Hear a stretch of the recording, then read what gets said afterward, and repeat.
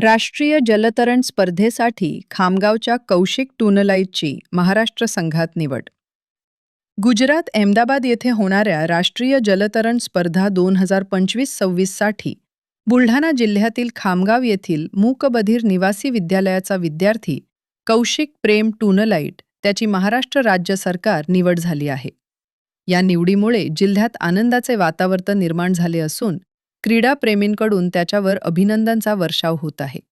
या यशामागे बुलढाणा जिल्हा मूकबधीर असोसिएशन व क्रीडा मंडळ बुलढाणा यांचे सहसचिव गणेश नेमाडे यांनी घेतलेले परिश्रम मोलाचे ठरले. त्यांनी खेळाडूचे मनोबल वाढवून स्पर्धेत सहभागासाठी आवश्यक ते सर्व सहकार्य केले.